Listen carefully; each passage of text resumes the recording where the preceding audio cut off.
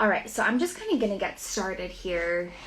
Today, we're going to be talking about lead in schools, and there are some recent proposed rules out of EPA and other state rules that I just wanted to kind of briefly go over just to keep everyone up to date on the latest with lead in schools and drinking water. So with that being said, my name is Analies, and I'm Hydroviv's head of policy. And yeah, so we'll jump right in here.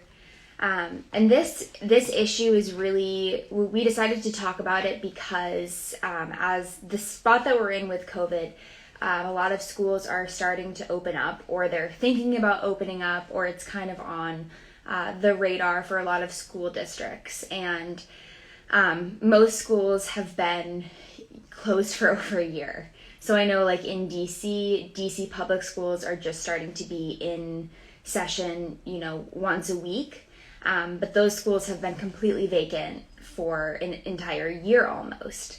And that, leaves a lot of issues that I'm going to talk about today that are specific to schools and childcare facilities across the country. So, stagnant water is something that can create a lot of problems, but obviously the most prominent and the one that we're going to be talking about today is lead. So basically schools in the United States are super, super old. The average age is 44 years old. So a majority of schools were built before the use of lead pipes and solder and stuff was banned. So, we're dealing with old schools, old infrastructure, lead, and when lead is present in pipes and water sits stagnant, that lead can just accumulate, over a matter of weeks, or in this case, years. So we actually had, let me see if he's on here. We had Michael Ramos, who's the founder of the NOAA system.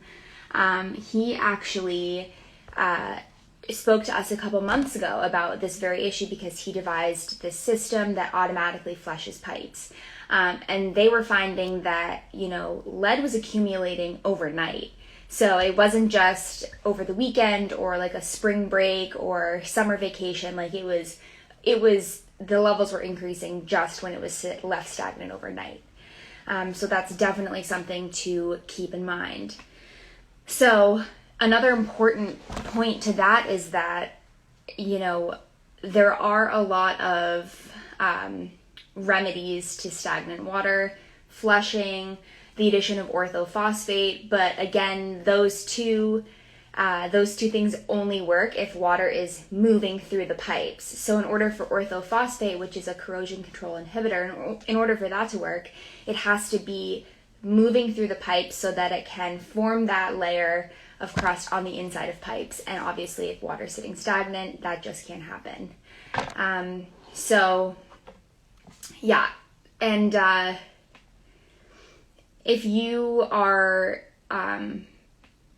if you are a parent or you work with children, it's important to know that children and infants are the most susceptible to the long-term health effects of lead exposure. So developmental issues, lowered IQ, the list kind of goes on and on.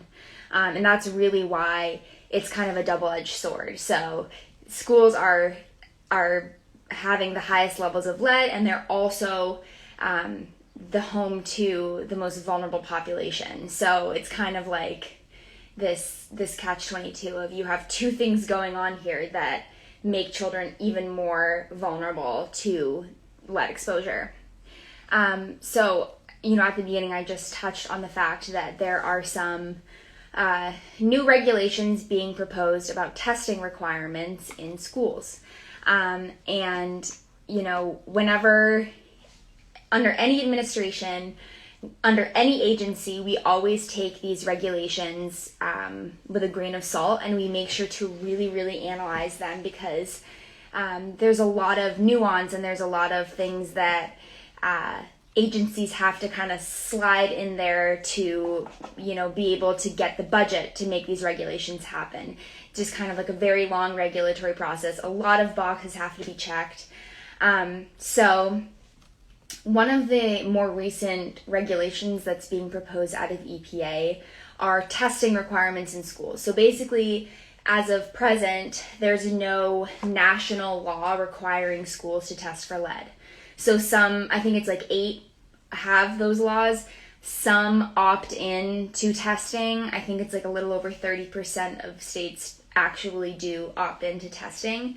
But there's no like federal law that's like, okay, every school in the country has to test for lead, which honestly in 2021 is pretty mind-blowing, right? Like there's no situation where we shouldn't be at least aware of lead problems in our schools and childcare facilities in this country. So pretty wild to start out with.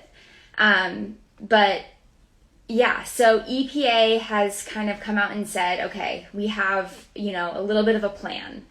But unfortunately, there are a lot of nuances and shortcomings. So for example, EPA is suggesting that only 5 water locations be tested in each school or each child care facility.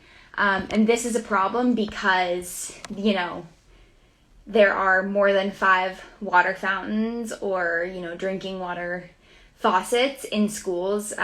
One statistic, in both Iowa and Indiana, there's an average of 100 drinking water locations in their school systems. So that just goes to show that if, they're only testing 5 locations, and if those 5 locations are picked by either the school district or whoever is determining which locations they actually want to take samples from, there can be a little bit of, not altering the data, but if they're drawing from drinking water faucets that they know maybe didn't have lead solder or lead pipes or whatever, or let's say they flushed those pipes or that, that water fountain the night before, like there's a lot of things that can kind of go into that 5 location number that isn't all that transparent, I should say. So, that's just kind of one of the major shortcomings to this kind of proposed regulation. So yeah, it's pretty wild. It's pretty wild that schools aren't regularly tested for lead. As a parent or, someone who works with children or just anyone really, it's really terrifying to think that, there's just no federal requirement. So yeah, I'm hoping that today this conversation, whereas kids are going back to school, water has been sitting stagnant for over a year, I'm just hoping that people kind of understand the gravity of the situation, and just understand that you could be sending your child back to a school that hasn't tested, hasn't done, substantial flushing of the pipes, and they're going to be drinking water that's been sitting stagnant for a year. So I'm just really hoping that people take away from this that, it's just something to be aware of. It's something to talk to your school district, your superintendent, whoever it is, about this, because we've already seen high levels, detected across the country. And just kind of to that point, another contaminant that is starting to pop up in Pennsylvania, and then I think Illinois, is Legionnaires. So the Legionella bacteria has been detected in drinking water systems in schools as of recent. And we have a bunch of blog posts on our page about Legionnaire's disease. It was a problem in Flint.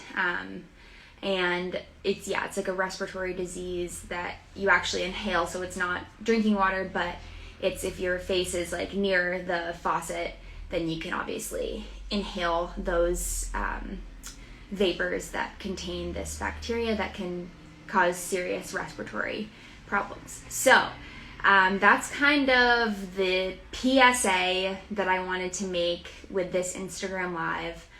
And yeah, if you have any questions about like how to word this even to your superintendent, or how to word bringing this up to your school district, we're kind of in the business of making sure that people are drinking safe water.